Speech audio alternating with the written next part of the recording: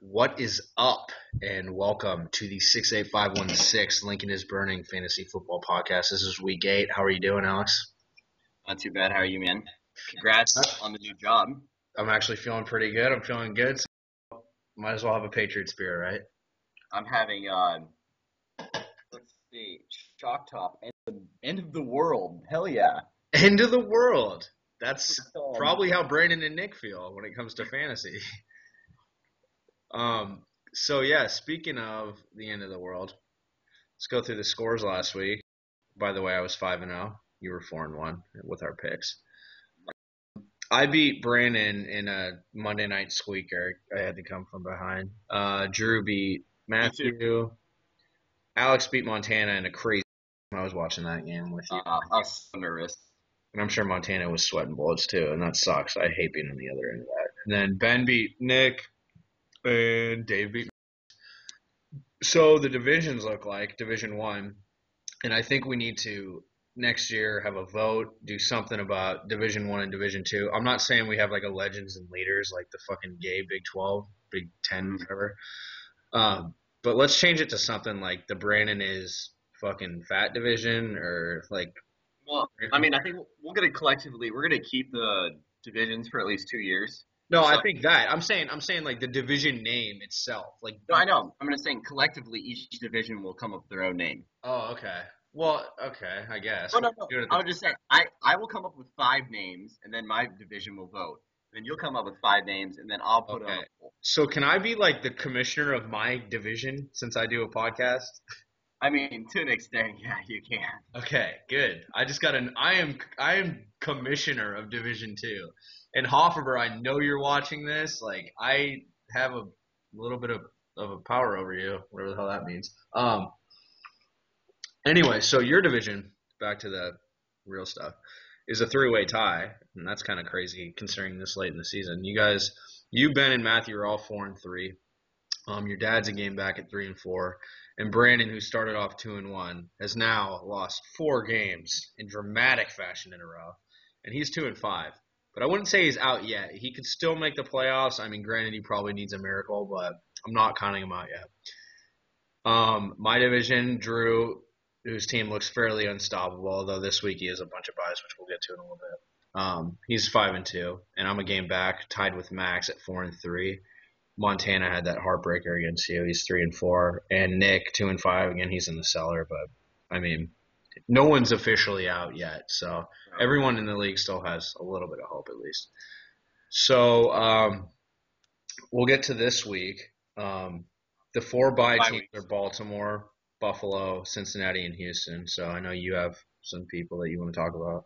Yeah, if you have Spiller, Fred Jackson, Andy Dalton, the law firm, AJ Green, Ray Rice, Torrey Smith, Andre Johnson, or Foster, you definitely. And also, Texans D is a popular pick as well. So you're gonna have to look to the waivers to actually make some ground. So we have a few waiver picks. There's one obvious one that's at the top. And that's Rashad Jennings with Maurice Jones-Drew, Max. Max, I have an issue with Max. I know this is a little bit of a fantasy call out here, but I just hated the trade he made to Montana a couple weeks back. I hated that he traded Ahmad Jennings, or Ahmad Bradshaw, sorry. I'm going to get to Rashad Jennings in a second. I hated that he traded Ahmad Bradshaw to Montana for Torrey Smith and 2 scrubs who shouldn't even be like fantasy start, like on a roster. And he has Torrey Smith on a bye this week. And now MJD, obviously you can't predict injuries, but he's out for the foreseeable future, at least 2 weeks, but I'm hearing like it could be closer to like 6 and possibly even the whole season if it's a Liz Frank injury, whatever the hell that means. Right. So Rashad Jennings is going to be the number 1 overall pick up this week. He's not going to get him because he's too high on the waivers. So Nick or Brandon, Rashad Jennings has a lot of value considering he's going to get 15 touches a game for sure. So definitely he's the number 1 waiver wire pickup this week. And then I have the waiver order right here. Yeah, going. Okay, number 1 is Nick, followed by Brandon, my dad, Montana, Max, Matthew, me, Julian, Ben, and Drew, which is the reverse order of the current seedings for the playoffs. Okay, and then for bye week players, again, more waiver stuff. I know Ben needs a kicker. I did a little bit of research, aka looked at the players. Matt Prater of Denver, I like him this week going up against New Orleans. New Orleans is shitty. Peyton Manning's gonna have a field day. He's projected to get 13, so I definitely like him at kicker. And then for the running backs, Max trying to help you out here. LaRod Stevens-Howling, I don't like him much, but this week is pretty bare when it comes to running backs. He's had spots, obviously with Beanie Wells being out, that like he's looked like he could be a top 20, top 25 fantasy running back, but this week he could, possibly have a big game, maybe get 10 points. And then I also like Darrell Richardson, St. Louis. This week's kind of a bad matchup for him going up against New England because they have obviously Will Fork up front, and a really good run defense, but All right. whatever. Isaac Redman, Yeah. Steelers. So who else do you like? Well, a lot of people have bye weeks for their defenses, and so that's Brandon, Ben, and my dad. And I was just gonna name the top three. Patriots play the Rams in London. I like the Patriots there. Jets, and the Giants. The Giants play the Cowboys, but still, with their front seven, I think they have one of the best front sevens. You can't go wrong with them. So Agreed. those are And can you trust Romo? Can you trust the Cowboys No. offense at all? I have zero faith in them. So Yeah. I'd have to agree with you there. And then I know Nick needs a tight end. I like Dustin Keller for the Jets.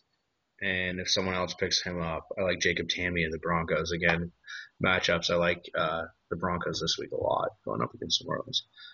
Yeah. So yeah, what else? Just a big storyline with CJ2K having a very good game last week, scoring over 3 points. Hit the- That was a fluke, or is he going to go revert back to his old ways of scoring like 5 points max? Again, I've said it in the past. I tried to buy low with CJ2K. Nick at the start of the year.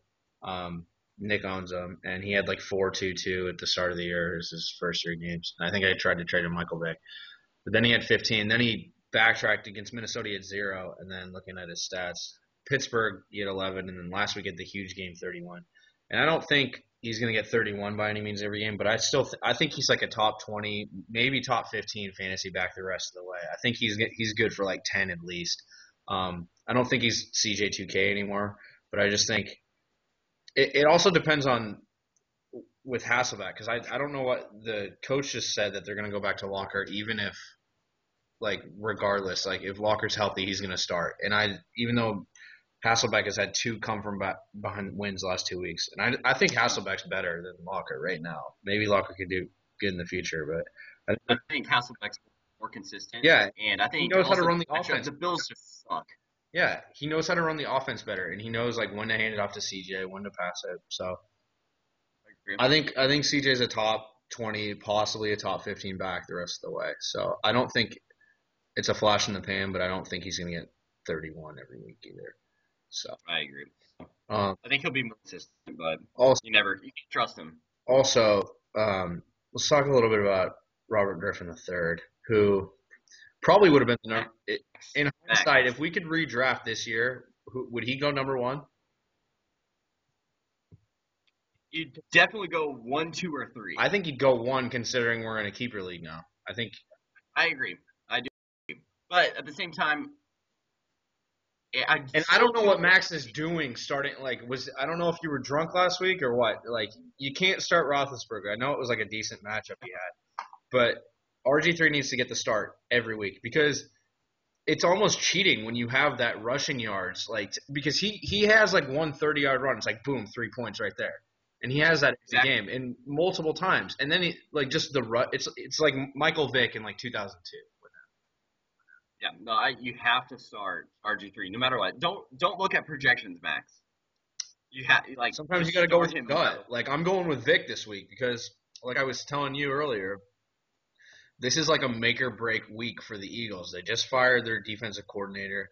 Like, everyone's feeling the tension. It's like no one is safe. No one's job is safe. And I think coming off a bye week at home against the Falcons, Michael Vick's old team, I think this is like a make or break week for him. Like, he needs to do good. And I also think McCoy, who I've been kind of down on this year, if you look at his numbers are pretty comparable to last year besides the touchdowns. And I knew he was going to get 21 touchdowns again, but he has one rushing touchdown this year. I guess he has 2 receiving, but I still think McCoy's going to be a top 5 back the rest of the way.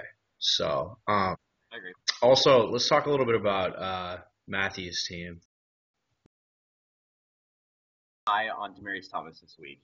Not just me, but a lot of the other experts, as they are called, like Matthew Berry, Harris, Carabell, and Cockburn. I can't pronounce his name, but they all have him within the top 5, and he's actually averaged the number 1 receiver for the week, which is pretty surprising. Well, I mean, like I was going back to the matchup, like New Orleans secondary has just been a train wreck. So I definitely like Thomas this week. And what about Calvin Johnson? He has been not the Calvin Johnson that we anticipated he would be. He only has 1 touchdown all year, which is unheard of because I think he had 17 last year. He's had 1 big game.